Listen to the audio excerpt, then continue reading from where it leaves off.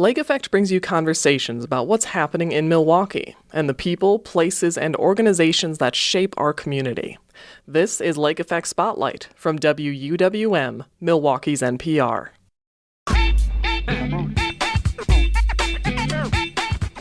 Today is National Hip Hop Day. It's credited as the day the genre first originated in 1973. Musician, producer, and educator Kiran Vedula talks about its origins with WUWM's Maiyan Silver and about the art of sampling. That's taking elements of an original tune and using them in new ways. The most important thing about learning any dance is rhythm. It's National Hip Hop Day. Let's just dive back to the origins a little bit. Yes. Like how, for people who don't know, how did it start in 1973? Yes, so in the 70s, you have to imagine the Bronx and Brooklyn after-school centers, high school kids meeting in community centers and having dance parties. And DJs were, you can imagine, the two turntable setup that we're used to seeing where you can crossfade from one song to another. And the DJs were usually playing funk, soul, R&B, and even some rock music. And this was all music that was from basically their parents' record collections, right? And these were the popular songs. So while they were DJing, they started noticing that there was sections of the songs called the break, which is basically where all the music drops down to just the drums. We hear that boom, boom, ch, boom, boom, boom, boom, ch. And the DJs realize, like, oh, when the break comes, everybody starts dancing way more. Everybody gets that much more excited. But the breaks usually only lasted for maybe 5 seconds, 10 seconds. So they thought, how can we extend the breaks? And it's a DJ by the name of DJ Kool Herc who is given kind of known as the godfather of hip-hop because he thought of this merry-go-round technique where you get two of the same record. So while the break is playing on the first record, as it's coming to an end, you can quickly switch over and play the same break on the other record. So it's kind of extending that drum break. And the longer you can do it and with more dexterity, you're keeping that dance party going. And that technique is really what we consider to be the foundation of hip hop. It started as a DJ culture with the DJ interacting with the dancers. And what were some of those breaks, those original breaks that were consistently used in hip-hop? Yeah, so James Brown was the king at that time, and Funky Drummer is probably one of the most sampled breaks of all time.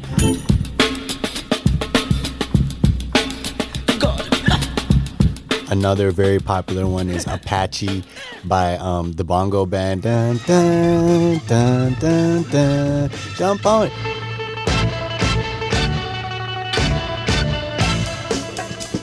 Got the bongos in there. So those two are very, very much used throughout the history of hip-hop.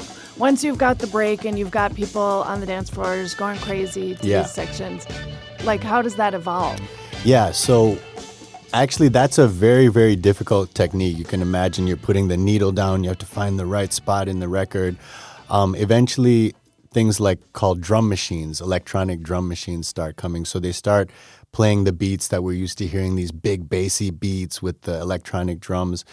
Then drum machines start we get samplers.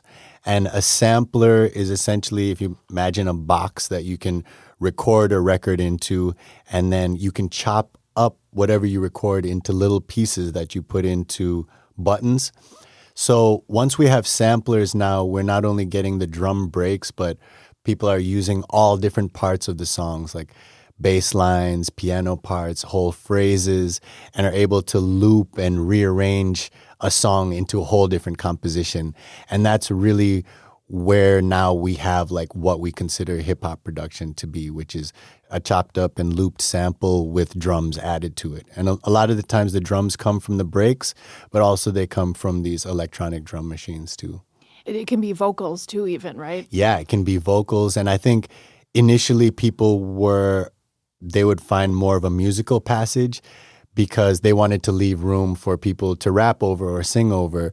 But as people got more and more creative, they found ways of actually incorporating vocals, and sometimes you'll even hear vocals cut up in a weird way so that you're not even hearing words, you're just hearing the ooh ah, and it's kind of making its own rhythm with the vocals or the piano or violins. And it shows a lot of innovation and creativity. This culture comes out of like teenagers basically who didn't have much but used what they had to create something new. And that's really the essence of hip hop culture. Yeah, I think DJ Kool Herc was like 16 years old when he did that. Right, exactly. Yeah, so you think of this like established, decades old DJ, but he was like a kid, Yeah. and coming up with this. There's a writer for The Root who said that sampling serves almost as a history lesson, giving listeners a taste of what past hitmakers did to make our mothers and fathers move their feet. How does that work into your concept of hip-hop as a folk tradition? I love that. As a producer, I'm always doing research on samples because it always just exposes me to so much music, whether it's Ramsey Lewis,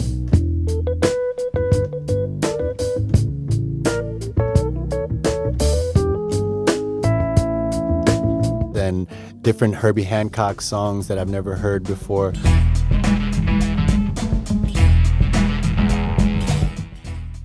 So in that sense, it does open us up to the past.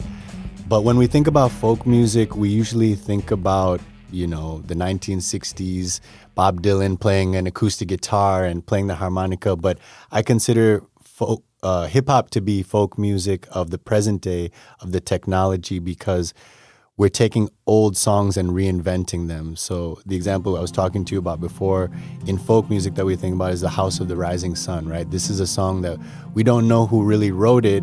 Maybe it's from the 1800s, English ballad, but then Dave Van Ronk writes it.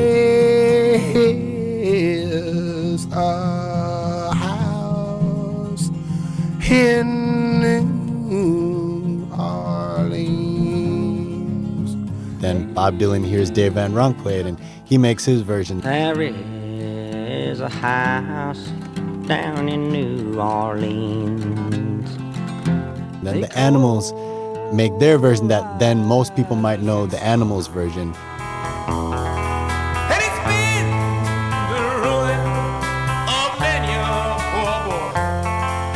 In God, I know I'm one. It's same with samples where there's a track that comes from a James Brown bass line, and then you're the 16-year-old kid who hears James Brown from your parents' collection, samples it, and makes a new rap song. Then the next generation may not know the James Brown song, but they know that rap song and sample that and continually using those. So certain samples become part of the canon of the culture. And it's not stealing the music, it's not copying the music, it's actually being in conversation with the larger culture and showing your creativity with like how you can put your own spin on it.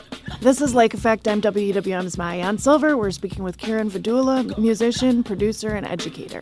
So you have a couple examples of threads throughout the years, maybe something that originated in the 70s, then was, sampled in the 90s, then sampled in the, 20 teens or whatever. Yes, absolutely. Can you play some of that for us? Yeah, so the first example, Minnie Riperton was one of the big artists in the 70s. She had a song called Baby This Love I Have, and this bass line at the beginning of the song. And the song continues on, but actually if you loop that, then you get the song Check the Rhyme by A Tribe Called Quest, who is obviously one of the most well-known rap groups from the 90s. Back in the days on the boulevard I landed, we used to kick routines and the presence was fitting it. And then what happens is then you have another group, Black Star, also pivotal group, Mos Def and Talib Kweli, later in the 90s, who sampled the song for their track KOS, which stands for Knowledge of Self. So many MCs focusing on black people extermination. We keep it balanced with that knowledge of self-determination. And they also use the chorus from Baby This Love I Have. Things I say and do. And then what's cool is even with these samples, sometimes they show up in genres outside of hip hop. So there was a huge hit in the 90s called Candy Rain by a group called Soul for Real. And if you're my age, I'm 40, like that was our middle school, high school jam at all the school dances.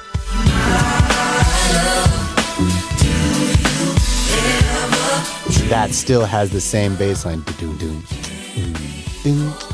My love, do you? So it's just interesting to see how, if you were born in the 60s or 70s, this bass line from Minnie Riperton. If you're around in the 90s, it as Tribe Called Quest, and so on and so on. There was another example that you had with an Aretha Franklin song, right? Yes, this song is called One Step Ahead by Aretha Franklin. And on its own, too, we have to think about these songs gravitate towards us because they have some essential sonic quality that we really love in the nostalgia. So when you listen to this, you just hear that warmth, that depth of the instruments. I know I can't afford to stop for one moment, 'cause I'm just out of reach of your finger. I know I can't afford to stop for one moment. That it's too soon. Toe up, dog. And that song was sampled first by, in a track called Miss Fat Booty by Mos Def, who again is a classic rapper. And here in this song, we hear parts of it looped, including the vocals. But we also hear now, like I was saying, we have the introduction of samplers. So we have smaller parts that are chopped up and rearranged in the beat. And she came with the same type game, the type of girl giving out the fake cell phone, the name Big Fame. She like catching big things, jewel ship, money clip, phone flip, the 6 range. Has seen her on the ass. So we hear her voice, and then a chop, chop, and that's making up the underlying beat with the drums. And so that was a big hit in the 90s, but then even JID and 21 Savage, who are big artists of today, again have come back to this sample, not only using this classic Aretha sample, but it's actually also in paying homage to Mos Def as well. Push the off of the porch or break up down. Get the if it happen to blow, it makes a round sounds. Piece of cat on my lap, push it back and go to town down. Putting rap on my back and I'm black and snatching crowns. How they came back around. So it's paying homage to the whole lineage of what that sample means. So you don't change it, you just bring a new flip to it. So you bring the modern drums to it, you bring a new way of rapping to it, you bring a new arrangement and effects that in and of itself is paying respect to the lineage. It's not stealing or copying. You can pick it up now, look at it okay. Push the off of the porch or break up down. Get the if it happen to blow, it makes a round sounds. Piece of cat on my lap, push it back and go to town down. Putting rap on my back and I'm black and snatching crowns. Well, there's certainly a lot to listen to. Kiran Vedula, thank you so much for walking us through hip-hop, through sampling, and through the folk tradition that it is. Thank you so much for having me, Mayan. Me and my money attached emotionally. I get a clutch, and if you get too close to me, I'm at the top where I'm supposed to be. Jumping in the games against that like they coaching me. That was WUWM's Ma'ian Silver speaking with musician, producer, and educator Kiran Vedula. From the back, she giving me, and I ain't even pull my pants down. Jump in the box and slide to the other side. It's always a man down. Draw down. You can find more interviews like this one by visiting wuwm.com/Lake Effect. And while you're there, subscribe to the Lake Effect Spotlight podcast.